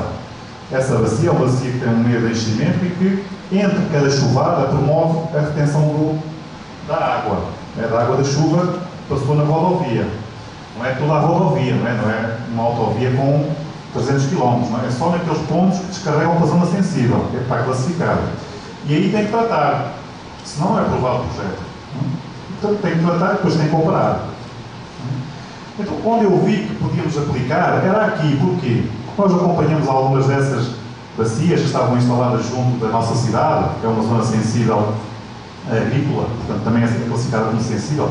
Chegamos à conclusão que elas não funcionavam. Porquê? Porque o tempo de detenção, muitas vezes entre chuvadas, era pouco, e por outro lado, a areia não retia nada de metal pesado, e muito menos de hidrocarbonetos. Então era preciso por ali mais qualquer coisa que pudesse ajudar à remoção desse material, mas que não tivesse um custo exagerado. São unidades pequenas e as entidades todas, as autovias já têm custos elevados, para nós, utilizadores, não é? O objetivo é também não encarecer, mas arranjar uma solução que seja ambientalmente melhor do que aquela que está lá colocada. Então olhamos para estes sistemas que estão lá colocados. Este quadro apresenta, depois deixo a apresentação para enviar para vocês, para o professor Paulo enviar para vocês, mas tem aqui o tipo de poluente, o local que está associado da circulação rodoviária. Isto está mais quantificado, tem em Portugal, existe já um estudo há alguns anos feito pelo LNEC, o Laboratório Nacional de Engenharia Civil, que para cada tipologia de estrada, interior, junto ao litoral, tem quantificação de qual é a carga poluente típica. Portanto, a gente sabe qual é e sabe como é que se transmite em cada chuvada, no regime de chuvada. Como vocês sabem, a gente também sabe calcular qual é que é o escoamento entre cada regime de chuvada, não é? Consegue fazer a estimativa da concentração com alguma facilidade. Portanto, a Aquelas zonas a verde que estão ali colocadas são as zonas classificadas de sensível, as maiores, mas há outras mais pequenas. Portanto, significa que em tudo o que está ali verde sensível, não há autoestrada que passe que não tenha que ter tratamento de escorrências. Ok? Outra estrada. Este é um tipo de estrutura utilizada nessas autoestradas, ou muito próximos, lagoas. Este é outro complementar em que faz a drenagem bem junto à berma e depois o encaminhamento para o sistema de tratamento. Temos aqui esta pode estar localizada no interior, a gente chama de separador central, uma leve inclinação e é ali para ali que escoa diretamente. Tem também, reparem que tem sempre um enchimento lá colocado, okay? Para fazer algum tratamento. E aqui tem um tipo dessa lagoa que nós vamos utilizar. Elas podem ser em terra, mas a maior parte delas é em betão armado. Aqui é a zona da Covilhã com ligação a uma autovia. Uma autovia, está aqui, uma ligação. 2 cursos de água classificados sensível, estão aqui. Então foi colocada uma bacia aqui, outra aqui, 4 ali. Foi a que a gente monitorizou desde 2008 até 2011. E chegou à conclusão que não estavam a ter carga poluente significativa, especialmente se o intervalo de chuvada é muito curto. Portanto, tem que ser qualquer coisa mais que retenha o poluente. Tem que ter um sistema de filtração associado. Aqui, não consigo ver, foi a instalação experimental que a gente colocou para medir o caudal aqui com um descarregador triangular. Conseguimos colocar aqui um medidor ultrassónico para poder medir o caudal e monitorizar. Não é? Portanto, a gente foi dificuldade em buscar eletricidade, mas como há sempre boas pessoas, a gente conseguiu esticar o cabo até aquela casa e conseguiu obter eletricidade para conseguir fazer o registro dos valores. Monitorizamos ela. Esta bacia recebe a drenagem desta zona, desta estrada, é encaminhada para aqui e depois para a bacia. Tem outra aqui deste lado. Mas muitos dos taludes não estão revestidos com vegetação. Portanto, a maior carga poluente que chega ali é material inerte, é areia. Areia, terra que sai diretamente do talude. Vamos conseguir passar isto com alguma. Pronto, aqui está um medidor ultrassónico que nós colocamos para fazer a medição de nível com o descarregador triangular. E aqui está o interior de uma lagoa. Reparem que ela tem uma camada de enchimento com material, mas esta camada tem 5, 10 centímetros, não tem mais que isso. Depois tem um desengordurador, que é este sistema que está aqui, portanto a água chega, também tem muito óleo e gordura. Aqui há a flotação, o óleo e gordura fica em cima e sai por baixo, parte com a carga de metais pesados e alguns hidrocarbonetos. E esse posto fica aqui retido. Okay? Só que a gente monitorizou isto durante várias chuvadas, chegou à conclusão que quando elas são muito curtas não comove quase nada, portanto passa tudo para o curso de água. Não está a fazer muito efeito quando a chuvada o intervalo é curto. Quando o intervalo é longo, consegue. Quando o intervalo é curto, não consegue.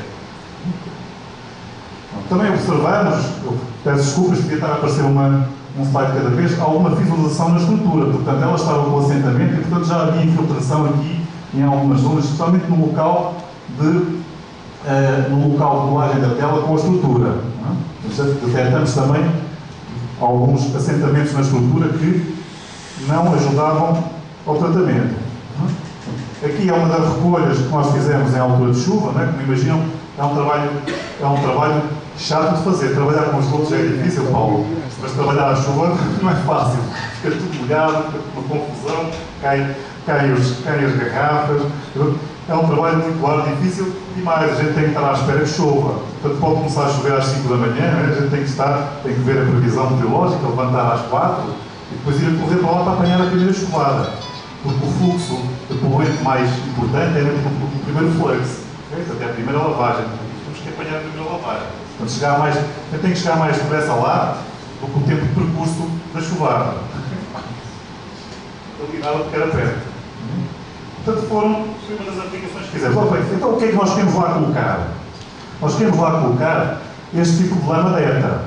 Okay? Que é uma lama que nós sabemos que já tem uma propriedade.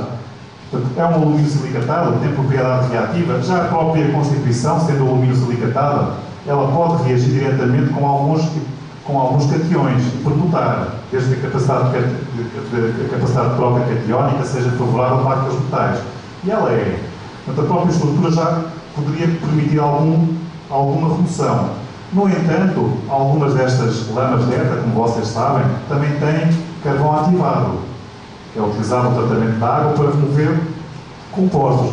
Algum desse carvão ativado, que vai na ETA, continua ativo.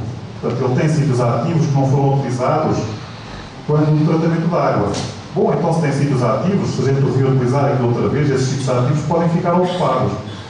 E essa é a vantagem que se vê neste material. Ele pode ser reativo, não só a própria estrutura luminoso-silicatada, que pode ter essa conveniência de aproximação em produta iónica com cationes, metais pesados, como se tiver carvão ativado, tem então uma remoção complementar, que é o próprio metal, o carvão ativado, que vai promover a remoção do metal pesado. Terminamos essas classificações, fizemos uns ensaios em coluna e chegamos a esta conclusão. Tudo o que nós fizemos foi o estudo que eu apresentei com o professor Paulo e no seu governo, os estudos técnicos, foi este em que utilizamos tempos de contacto muito curtos, 15 minutos e 30 minutos, que são os tempos de contacto que se prevêem mínimos nessas lagoas, para ver a remoção de zinco, um dos principais poluentes das autoestradas.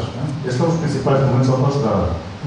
Então a gente conseguiu ver que por estes tempos de contacto, esta lama conseguia remover 37,7% de zinco e se tivesse cerca de meia hora de contacto ia para os 50%. Portanto, significa que se o tempo de contacto dentro de uma lagoa de tensão for meia hora, pelo menos, ele consegue remover 50%. E remover 50% já consegue chegar ao limite de descarga autorizado. É uma das principais aplicações, é um estudo que ainda está em desenvolvimento, ainda vamos ter vários componentes de estudo de investigação durante o próximo ano, mas é já uma aplicação que eu quero fazer a prazo a uma destas lagoas que estão bem junto da universidade, bem junto a 1 quilómetro da universidade.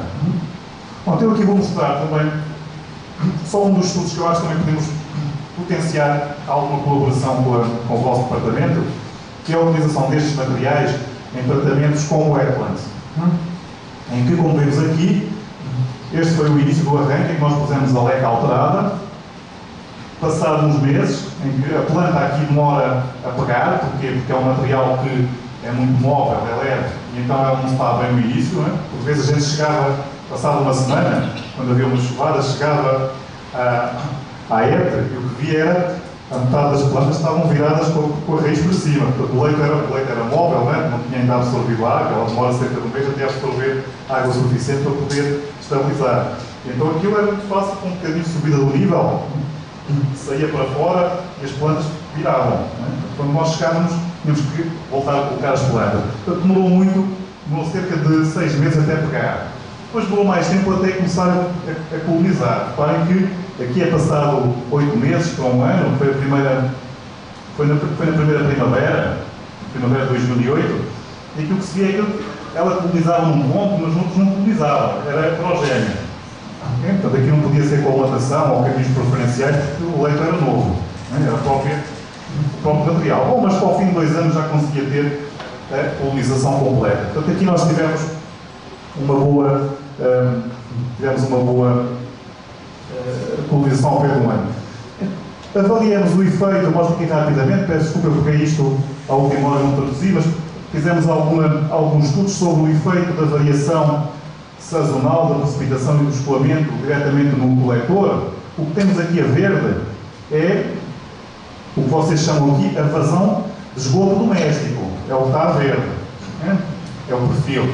Portanto, o que está aqui nesta cor azul é o valor da vazão que a gente mediu à entrada da wetland. Okay? Portanto, aqueles picos que estão ali são picos correspondentes ao efeito de infiltração no coletor. Portanto, nós detectamos nesta instalação nova, ao fazer essa medição, que havia problema para trás, na rede de drenagem. Depois fizemos um estudo de levantamento da rede de drenagem, onde verificamos outra coisa. Estava sobredimensionado. O nosso regulamento diz que o diâmetro mínimo para utilizar aqui a drenagem é 200. Mas para populações de 500, 800, 200 é muito. Portanto, chega bem o 120, muitas vezes o 150 é suficiente. Mas nós não conseguimos colocar, ou tem que se justificar muito bem, então é mais difícil a aprovação. Então é qualquer coisa que estamos a tentar mudar. Não tem muito sentido estar a usar diâmetro mínimo de 200 em população pequena, de 800 habitantes, 600 habitantes. Além disso, a colocação da rede em termos de inclinação, depois a verificação de velocidade, extensão de arrastamento, na maior parte dos trechos, eu ia dizer para você, mas eu não disse, na maior parte dos trechos, Estou a brincar que lá em Portugal nós usamos o termo troço para trecho. Portanto, se ouvirem falar, um troço é uma secção também, é um trecho. Eles já devem saber, não é? Mas você tem um entendimento. Na maior parte dos trechos tinha que ser substituído, 80% tinha que ser substituído. Portanto, a reatermagem o que tinha mais era vulnerabilidades, fissuras, portanto, pontos de infiltração. Portanto, sempre que chovia, entrava água. Sempre que não chovia, mas que o nível freático estava próximo do coletor, entrava água. E, portanto, datavas este pico que, este é o da medição de caudal, de caudal fluxo, e aqui o que tem, este, é o valor do escoamento superficial estimado na bacia de drenagem, a ver que coincide. Portanto, conseguiu detectar qual era a influência da infiltração. Porquê? Porque estava a ter influência no desempenho da estação. O que era previsível é que aquela estação, aquele leito com as plantas, com em funcionamento, que a remoção de nitrogênio subisse para 50%. E a gente verificou, poxa, então a gente pôs as plantas e isto baixou. Não baixou, o que é que terá acontecido, não é? Não é normal baixar. Eu chegou à conclusão que o problema era na infiltração. A infiltração, quando, além de diluir o esgoto, fazia uma carga hidráulica muito diferente, mudava o tempo de retenção no leito, então o que acontecia é que o que sofria era a remoção de nitrogênio. E como vocês sabem, o nitrogênio é muito mais difícil de remover, porque os autotróficos precisam de um tempo de retenção maior. Portanto, são mais sensíveis a estas variações. E, portanto, era aí que o problema se notava. Não é? Cientificamente, a gente depois percebe porque é que é. Não é? O tempo de retenção é muito curto para os autotróficos se desenvolverem. Então, não havia nitrificação, ou havia muito pouca nitrificação. Era o que acontecia aqui. Portanto, a única forma que a gente resolveu isto foi pedir para instalar um novo descarregador para tentar resolver o assunto. Ok? Estava a entrar muito mais do que até o descarregador que lá estava. Portanto, aqui é a variação do tempo de retenção hidráulico com a carga hidráulica. Então, ele varia inversamente. Portanto, havia, em algumas alturas do ano, o tempo de retenção era abaixo do mínimo que estava previsto no projeto. Em outras alturas do ano era superior. Portanto, funcionava mal das duas formas. Com um tempo de retenção muito elevado, também não quer dizer que aumente a remoção. Não é? Depois tem outros fatores que atrapalham a remoção. Este foi um dos trabalhos que a gente vê aqui. Olha aqui a remoção de azoto, 6% em média, numa campanha que a gente fez de 1 ano e meio. Não podia ser. Não é? Estava a remover menos do que quando não tinha planta. Não é? Era tudo contrário ao sistema a quem desenvolveu o sistema dos elétrons. Aqui tinha uns quadros que mostrava a carga de entrada e a carga de saída. Outro aspecto que a gente concluiu é que, em termos da remoção de carga orgânica poluente, elas têm muita capacidade para esse choque. Portanto, elas encaixam bem o choque e conseguem até remover mais carga do que aquela que estava prevista no projeto, que é o que mostra, não este gráfico, é um que está atrás, este é do nitrogênio, mas se eu conseguisse pôr o que estava atrás, via o que é que acontecia nessa parte. Passar. Bom, e agora vou-vos destapar um bocadinho do tipo de investigação que a gente vai fazer e que está patenteando. No futuro, espero ficar no próximo ano, ter mais dados. Esta web, quando está ali, nós instalamos 35 piezómetros. Foi 5 linhas na longitudinal, no centro de escoamento, e 7 transversais. Então, o que nós queríamos saber era como é que o escoamento em meio poroso se estava a dar entre cada intervalo, entre cada trecho. Não é? Normalmente, estes sistemas só têm uma medição à entrada e, em alguns casos, já à saída para medir a evapotranspiração, que é um fator que também afeta e que o vosso colega Paulo Rogério, o professor Rogério, tem desenvolvido. Portanto, nós o que fizemos foi instalamos estes piezómetros aqui, ao longo do sistema. Nesta fase, esta é a fase de não vegetação, em que se corta a vegetação. Começamos em setembro, aproximadamente, colocamos os piezómetros, já estavam desde o início, né, quando montamos a lagoa. Já tínhamos essa ideia de fazer desenvolver qualquer coisa. Na altura, em 2007, não sabíamos muito bem. Não é? Mas depois eu juntei aqui a um pesquisador da parte de sistemas eletrónicos e de tecnologias móveis e de processamento de sinal. Então conseguimos desenvolver, demorou 1 ano e meio, mas conseguimos desenvolver, neste momento, um medidor de nível. É um medidor de nível que a gente chama de medidor de nível capacitivo para pontos múltiplos. Portanto, a gente consegue medir em todos os pontos no mesmo intervalo de tempo, qual é que é o nível naquele momento. E aí conseguimos ver a variação. Portanto, isso dá muita informação para perceber como é que isto evolui. Neste momento, a gente evoluiu já este medidor. Estes são os medidores experimentais, que a gente também utilizou, material baixo custo. Não é?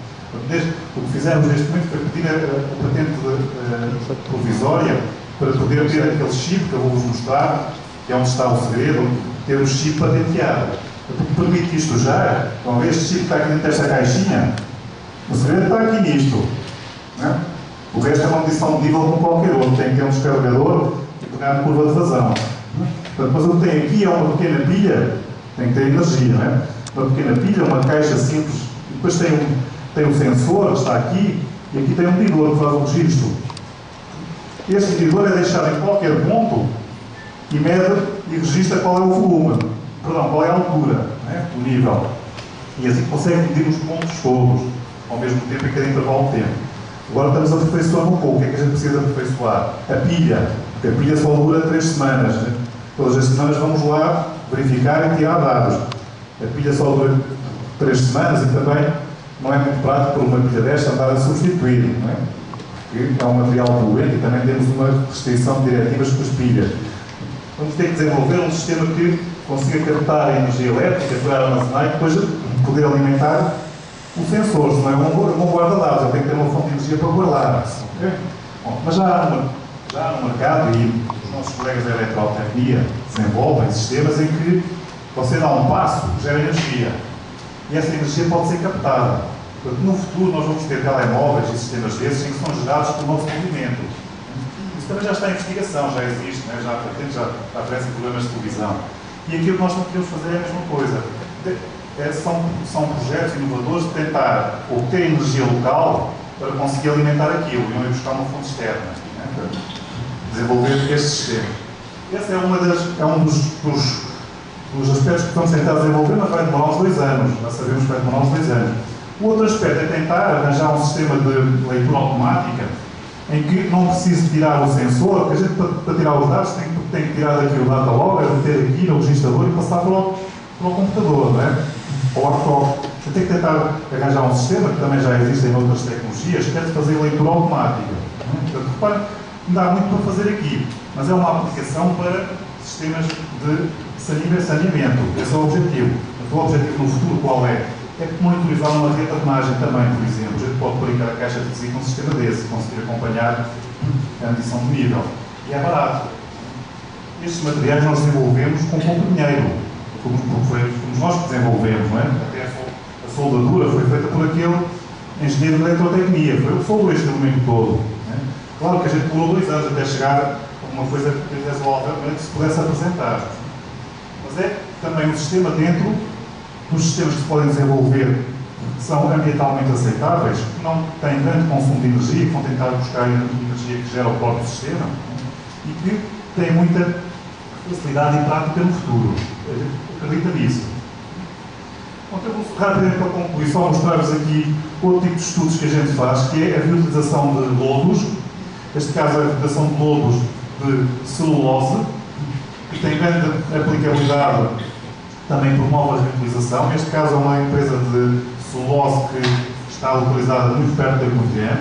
E como é que surgiu esta ideia? Bom, o administrador da empresa uma vez chamou-se, António, a gente está aqui cada vez, aquele pessoal do ambiente cada vez põe as tarifas mais caras, a gente quer incinerar, paga mais, cada vez que quer pôr no aterro, paga mais. Não pode pôr no aterro mais. Pois não pode pôr no aterro, porque a diretiva europeia disse que até 2010 nós só podíamos colocar em aterro sanitário resíduos biodegradáveis até 35% do valor em 95%. Estão a ver? Então significa que em 95 para cá foi aumentando a quantidade de lixo e de outros resíduos, nomeadamente de lama, de lodos. Não é? Nós só aumentamos o número de ETs, temos muito mais lodo agora para lidar.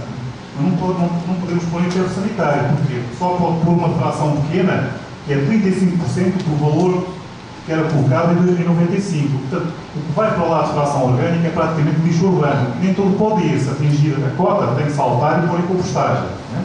Isto é uma diretiva que saiu, europeia, que nós todos fomos obrigados a implementar em todos os países para reduzir a emissão de gases com efeito estufa.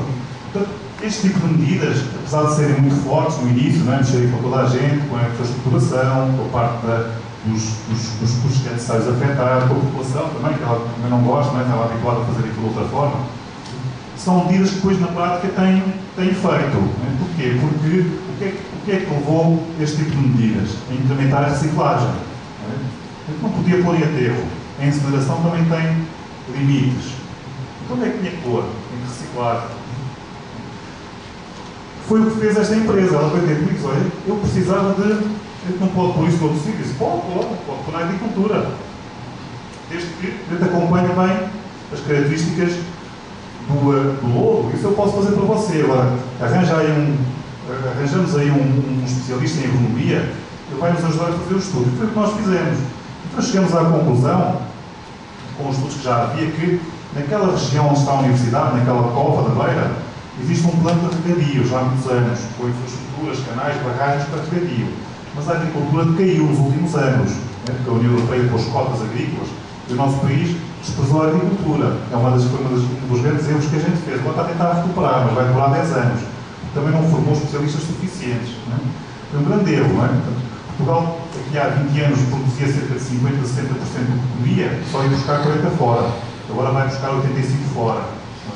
São as vantagens da União. Porque eles davam dinheiro para a gente comprar, até que fecharam a torneira. A gente desprezou a parte agrícola para poder ter cotas, dar cotas aos países da África. Era a negociação. Nós, Espanha, todos os países que tinham agricultura, caiu. Agora, se vimos o erro que fizemos, temos que voltar à agricultura. Uma das formas é reutilizar este material, porque aqueles solos são pobres, em matéria orgânica, são ácidos. Portanto, este material pode ser usado como corretivo orgânico, como corretivo de acidez, e depois ainda tem nitrogênio e fósforo, pode atuar como fertilizante. Tem benefício. Também tem algumas preocupações, mas a gente tem que controlar. Eu, na minha opinião, não serve controlar por standards muito altos, senão mata completamente a utilização. O que nós fizemos lá foi, fizemos uns standards que eram aqueles que sabíamos que se podiam controlar, os países que podiam controlar, tinham capacidade para fazer. E depois, passados 5 anos, 10 anos, restringiu, porque era mais fácil depois fazer a adequação. Agora, aquilo que eu vi ali, a discussão que nós tivemos no Solubeza, com a vossa resolução 275 do CONANA, é que a restrição é tal para a lama agrícola que vocês lá têm, especialmente para a classe de hoje. Eu, quando vi aquilo, quando vi lá uma apresentação, e os impactos já feitos por algum professor de Viçosa, aquilo não dá para aplicar na agricultura, é muito restritivo. Da forma como está feito, não vai dar. Vocês vão ter um problema para resolver a curto prazo. Se não põe na agricultura, o que é que vão fazer com o lobo? Vão fazer queima? Mas queima tem outros impactos ambientais. Vão recuperar para a energia? Podem fazer, mas vocês não precisam de energia, têm outras fontes energéticas. Nós não temos, podemos utilizar a queima. Mas mesmo assim não estamos a utilizar. Nós utilizamos 96% do lodo que vem de éter urbana vai para a agricultura em Portugal, 96%, 40% no total, lama industrial com lama urbana. É lodo industrial com lodo urbano. O industrial é que a gente não deixa ir, por enquanto, mas está a trabalhar para aumentar essa cota. Nós temos capacidade para absorver 80% de todo o lodo industrial e urbano. Então, nos próximos anos, o nosso trabalho vai ser para melhorar o lodo industrial. Tem que atacar o tratamento do efluente industrial. O urbano está controlado. Não é? Agora, aí foi uma parte que eu disse lá na minha opinião, vocês não vão aplicar isso não. Na agricultura, portanto, e se não aplicam na agricultura, com a agricultura intensiva, o que é que tem que aplicar? Fertilizante inorgânico. Então tem outra implicação, né? Está por inorgânico no solo. Portanto, isto é uma mensagem que deviam rever e até aprender connosco, por meio do distrito, e depois então ir aumentando. Não é? Neste caso, vamos passar para a frente, tinha esta aplicação, portanto era vir diretamente da indústria, como estava aqui. Ela veio da indústria, faz o tratamento e depois é reutilizado na zona que está identificada. Nem toda a zona agrícola é utilizada, já tem aqui restrições ambientais que nós tiramos.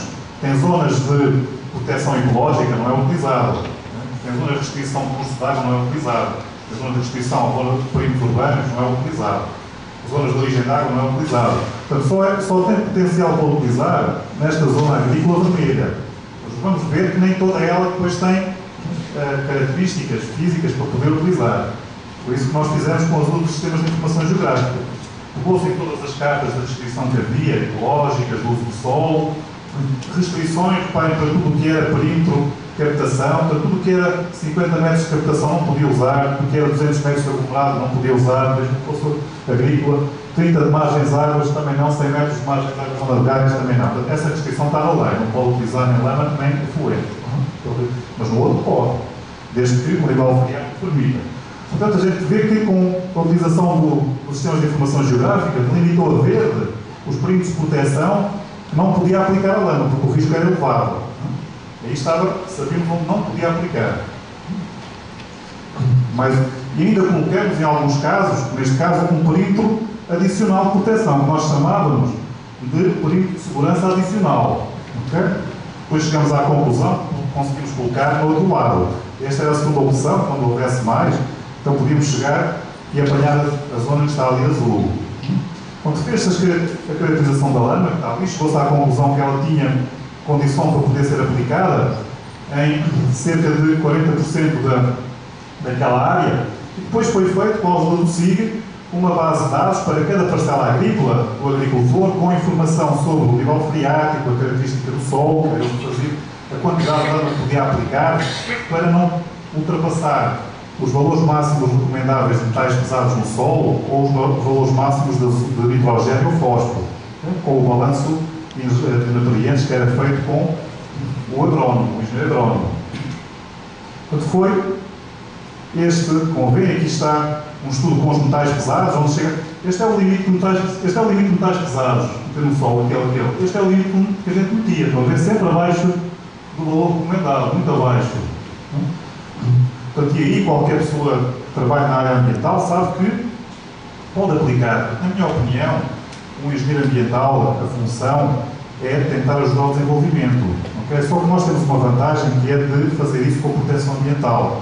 Mas não deve ser a nossa opção dizer que não. É o contrário, é ajudar na construção de rodoviária, na construção civil, no desenvolvimento do país, mas com medidas de proteção. A gente não deve ter o papel do ecologista, por isso é o ecologista. Nós conseguimos falar com eles, falar a nossa língua. Mas nós somos mais racionais, porque temos outra visão. E aqui a visão é muito pragmática. Repare, esta é a quantidade que eu vou meter no solo de metais pesados. Este é o limite que por bem devia lá meter. Está tudo muito abaixo, não é? Quando se faz um plano de aplicação, o que tem que ser feito é aquela monitorização 2, 3 vezes por ano. E quando os valores começarem a aproximar, então aí para. Não é? Okay? Quando sabe-se que há forma de fazer isso sustentadamente e que se consegue, com isto, valorizar a atividade agrícola. É uma das aplicações. Senão tem que se meter no local. E o mesmo se fez para a reutilização de esgoto. É outra prática que nós temos. Também fizemos alguns estudos em zonas agrícolas para a reutilização de esgoto. Este é o último exemplo que eu tenho. Da mesma forma, a gente nivelou. De um lado tem o curso de água. Tem aqui uma fronteira natural. Do outro lado tem uma autovia. Tem uma fronteira artificial. Eu tenho aqui uma zona que eu vou centrar para utilizar este esgoto que vem, este lodo que vem de uma ETA, nesta atividade agrícola. Eu vou utilizar para montante, aproveitando o desnível, obviamente, para não ter sistemas de bombagem. Não vou utilizar para montante, também podia utilizar também para agrícola. Portanto, eu olhei para Jusante, eu olhei para esta zona toda aqui para baixo. Portanto, a utilização foi a concepção do modelo de aplicação foi muito semelhante à que eu mostrei há pouco para os lodos. Também se utilizou o sistema de informação geográfica, não há outra forma de fazer quando a aplicação é em áreas extensas, não é? Tem que ser feita com sistemas que possam agregar as várias cartas de restrição ambiental, rural, de agricultura biológica, o que houver, identificado, para poder depois ter uma carta de aptidão que diz qual é a zona. Depois tem que se verificar localmente se a zona é viável. Fazer então adicionalmente uma zona mais pequena se é aquela. É aquela, então é ali que a gente vai fazer.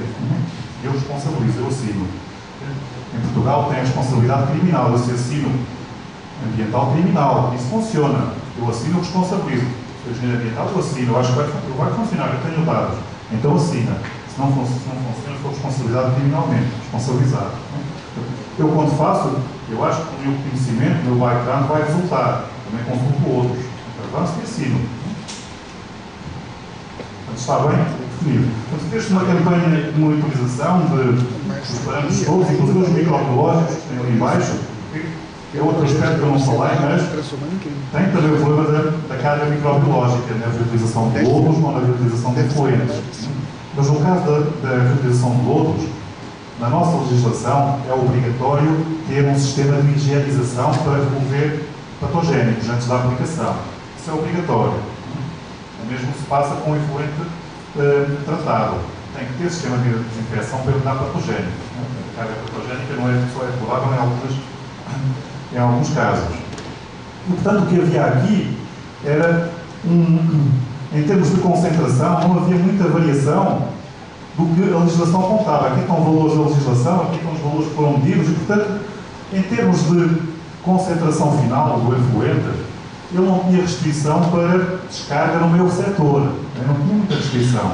Vocês sabem que às vezes alguns operadores de estação de esgoto, quando têm dificuldade em remover o nitrogênio, não conseguem, pelo sistema que têm, muita variação, não controlam a entrada de efluentes de água pecuária, então às vezes chegam lá e dizem: professor António, a gente não pode pôr ali a reutilização? Pode, mas é para quê? É para livrar do problema ou é para reutilizar mais mesmo? Porque às vezes é para livrar do problema, tem muito nitrogênio, então se a gente aplicar na agricultura deixa de ter nitrogênio. Isso também não é permitido. A legislação pode usar na agricultura, mas tem que cumprir o limite de descarga. Portanto, não pode usar isso para fugir do problema. Okay? Porque senão, em qualquer altura, como a gente sabe, se deixa de funcionar a elétrica, liga ao bypass, ainda que seja intermédio, e está a fazer a descarga direta, não é? Portanto, já tem essa desvantagem. Portanto, fizemos este estudo também aqui com a carga a nível dos metais pesados e dos microbiológicos, foi tudo controlado durante um ano para verificar o potencial de utilização. Fez esta cartografia bem, aqui vê-se bem, com a ortofoto, é uma zona que tem pequenas populações, mas reparem que tem muita parcela agrícola aqui espalhada, não é? Bem arrumadinha, não é? E, portanto, é uma zona que pode beneficiar daquilo, porque a maior parte do agricultor o que é que faz? Vai extrair daquele curso de água que estava a nivelar a zona. Então, se eu reutilizar, por mais baixa que for a taxa de reutilização, eu estou a minimizar a extração do rio. Isso é uma medida ambiental correta, porque eu estou a preservar a origem natural e estou a reutilizar o que está a sair da estação de esgoto. Além disso, eu estou a rentabilizar aquilo que a gente gasta na estação de esgoto e que pagamos. Algum desse investimento vai ter retorno com a reutilização. É ambientalmente sustentável, e é economicamente sustentável e é socialmente sustentável. Sempre nos 3 pilares num sistema destes. Tentam medir, o princípio é esse. Portanto, foi feita também a parte hidrológica, os boletins que a gente chama lá boletim de terra, que é para verificar se o solo tem muitas carências ou não. Portanto, tem aqui carência de fósforo, carência de matéria orgânica, e tudo que seja contacto direto é restringido. Okay? Portanto, alfaces, morangos, esse tipo de aplicação não é permitido, não é? Porque o risco de saúde pública é muito elevado. É aquilo que tem. Foi feita essa avaliação, então chegou-se à conclusão que, a nível dos metais pesados, não havia problema, havia sim problema a nível dos micro-organismos, coliformes fecais, E. coli e ovos de almita, tinha também alguma restrição. Portanto, aqui, porque esta ETA não tinha desinfecção, obviamente, era uma ETA, ela não tem desinfecção, ela tem tratamento secundário de descarga. Este foi um estudo para poder avaliar o potencial de reutilização. E sempre se inclui a reutilização como opção, tem que colocar desinfecção no sistema. Portanto, é um investimento que é necessário fazer, mas que é pago facilmente com a tarifa que depois o agricultor paga pela... Qual é a tecnologia de desinfecção? Ultravioleta, sim, ultravioleta.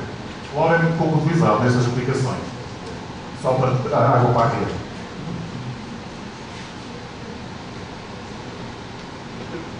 Foi feito também o estudo de toxicidade para o solo, né?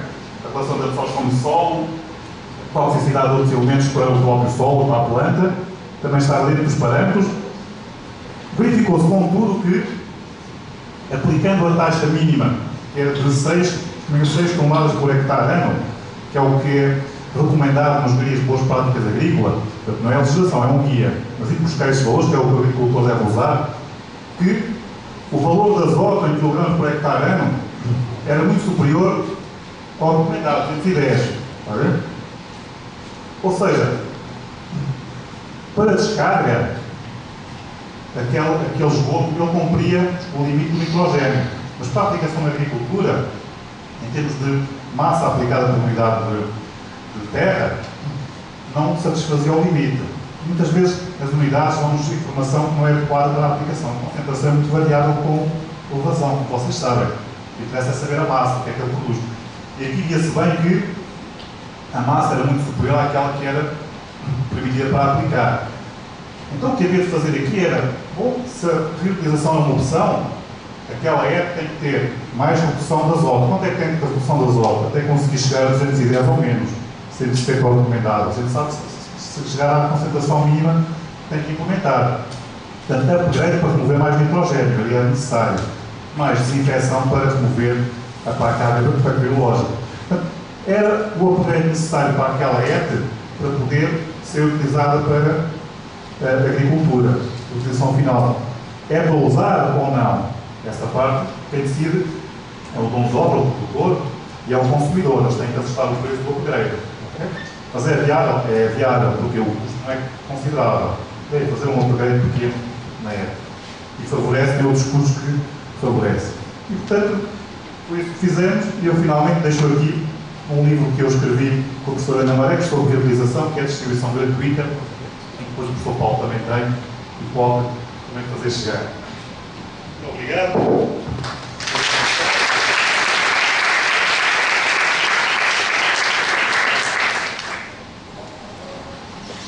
Alguma questão?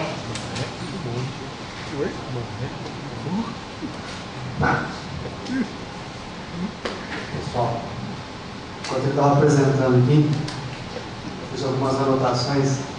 Olha só, o pessoal da engenharia ambiental, vocês perceberam que ele fez menção à hidráulica, hidrologia, tratamento de água, tratamento de esgoto, drenagem, resíduos sólidos, disciplinas básicas, lá no primeiro, segundo, terceiro semestre, química, biologia, microbiologia e SIG. Tudo que vocês estão vendo. Só tem que linkar tudo. Tem que juntar, não tem na cabeça. Está dando a sementinha para vocês têm que usar. Para os alunos do mestrado, engenharia do meio ambiente, são as pesquisas utilizadas. Né? Observe que tem uma relação, tudo está ligado. Então, que foi uma aula, que é uma palestra que fica claro para quem está trabalhando na área a importância de todas as áreas. Né? Quem quiser fazer pergunta, fica à vontade. Né?